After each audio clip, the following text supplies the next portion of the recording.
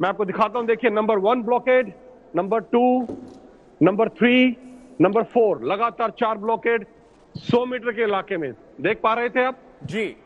राजेश, जरा नए दर्शकों को आप ये भी समझा दीजिए कि इन ब्लॉकेज का मतलब क्या है। देखिए, जब रूसी फौज का हमला होगा और वो कीव के अंदर दाखिल होंगे तो वो पैदल नहीं आएंगे। जो उनको मूवमेंट के लिए गाड़ियां होंगी, बख्तरबंद गाड़ियां होंगी, टैंक्स होंगे, इन्फेंट्री कॉम्बैट व्हीकल्स होंगे, आर्टिलरी गन्स को खींचने वाली गाड़ियां होंगी, और ये मूवमेंट तभी कर पाएंगे जब रोड्स उनको अवेलेबल होंगे। ये सारे ऑब्स्टेकल्स रूसी फौज को ये रोड्स डिनाई करने के लिए लगाए गए हैं। अगर वो डिनाई नहीं कर पाए, बाय चांस टैंक्स उनको तोड़ देते हैं या ऊपर से निकल जाते हैं, कम से कम वो डिले हो जाएंगे। और ये एक नॉर्मल फौजी टैक्टिक्स है, if you can't deny then delay, and when you delay, when they get stuck here, वो बेस्ट अपॉर्चुनिटी है या छुपे हुए फाइटर्स के लिए या फौजी एलिमेंट्स के लिए जो यहां पर हैं, उनको जेवलिन मिसाइल से उड़ा देने का।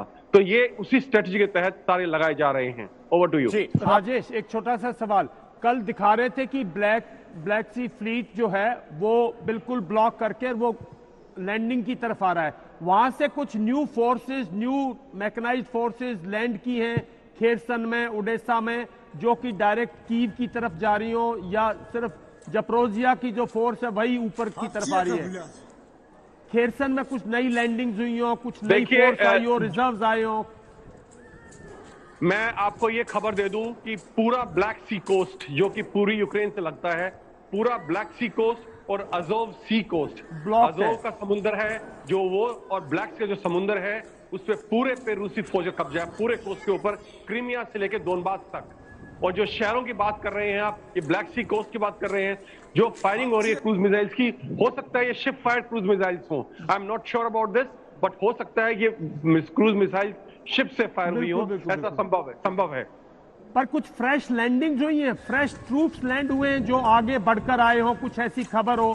क्योंकि अगर कीव पर जाएंगे तो कुछ फ्रेश ट्रूप्स की जरूरत पड़ेगी ना साउथ से, तो खेरसन से, क्योंकि खेरसन कब्जे में है, वहां कोई लैंडिंग्स हुई हो फ्लीट से? क्योंकि फ्लीट के पास वहां मोटराइज डिवीजन भी है कंप्लीट। इस फ्लीट का जो ट्रूप्स हैं उनमें मोटराइज डिवीजन, एयरबॉर्न फोर्सेज हैं, इसकी काफी कंपोजिशन है, उसमें आर्मर्ड कॉलम्स भी हैं। तो कुछ ऐसी लैंडिंग्स हुई हैं जो डायरेक्ट कीव की तरफ आ रही हो? कुछ ऐसा समाचार, ये पिकअप करने की कोशिश करना, फिर पिक्चर काफी क्लियर होएगी, आपकी स्ट्रेटेजी में, हमारी पूरी सोच में एक वो लाएगी। देखिए, जहां तक नई फौजें आने का सवाल है, रूस लगातार बाय सी अपनी नई फौजें भेजता रहा है क्रीमिया की तरफ, और क्रीमिया जो कि एक बहुत बड़ा मिलिट्री बेस है, वहां पर नाम आप दिमाग में आएगा, 2 मिनट बताऊंगा आपको। बहुत बड़ा मिलिट्री बेस है, जो सबसे बड़ा नेवल बेस था सोवियत यूनियन का भी वहां पर, और इस वक्त रूस का वहां पर है। Stavropol, correct, absolutely, that's the name of the place. And और वहां पे जो है उनकी लगातार फौजें समुद्र के रास्ते आई हैं, जो साउथ से पुश कर रही हैं। ये बहुत पहले से ही आ चुकी हैं, और इसके अलावा ईस्ट से जो है दोनबास से पुश कर रहे हैं लगातार। दोनबास ने, जो लुगांस्क रिपब्लिक का मिलिशिया है, उसने कल क्लेम किया था कि 40 गांव और छोटे शहर उन्होंने कल कब्जे में लिए हैं। तो मैं आपको ये बता दूं, जो ना वर्ल्ड मीडिया कवर कर रहा है ना इंडियन मीडिया कवर कर रहा है, कि ईस्ट में, पूर्वी यूक्रेन में लगातार रूसी फौज नए गांवों पे, नए शहरों पे कब्जा करती जा रही है और लगातार आगे बढ़ रही है। और हम देखेंगे अगले 3 दिन के अंदर अंदर निप्रो नदी तक पूरी रूसी फौज के पहुंचने की पूरी संभावना है। तो मतलब 70-80 किलोमीटर कवर कर चुका, जो ईस्ट थ्रस्ट है, जो ईस्टर्न थ्रस्ट है, वो लुहांस्क और डोनेट्स्क का जो ओरिजिनल लाइन थी, उस लाइन से 100 किलोमीटर तक आ चुका होगा वेस्ट की तरफ।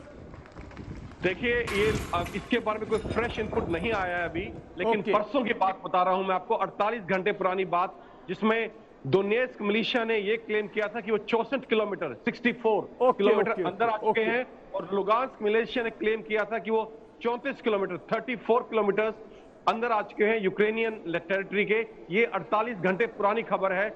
अभी क्या स्थिति है इसके बारे में मेरे पास अब तक कोई इनपुट नहीं आया है।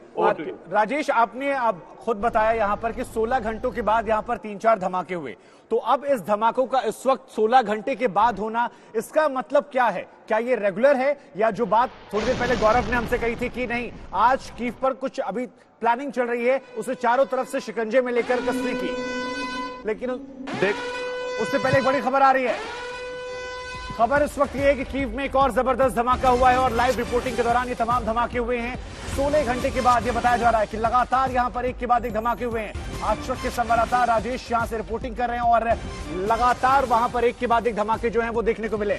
राजेश, देखिए, जहां तक आप बात कर रहे हैं कि रशियंस क्या प्लान कर रहे हैं, देखिए ये हमारे हाथ में नहीं है।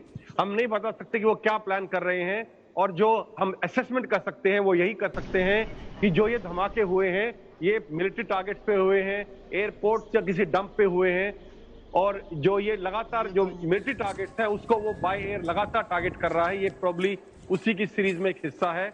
लेकिन जहां तक वो शिकंजा कस रहा है, मेरी खबर जो है सिर्फ वो उत्तर में है। यहां से अभी उनकी फौज सिर्फ उत्तर में है कीव के, कोई चारों तरफ कोई शिकंजा इस वक्त नहीं है।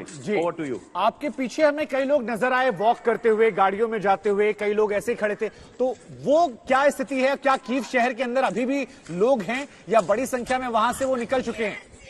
देखिए, जो लोग आपने चलते हुए देखे हैं ज्यादातर ये प्रेस के लोग हैं, इंटरनेशनल मीडिया के लोग हैं।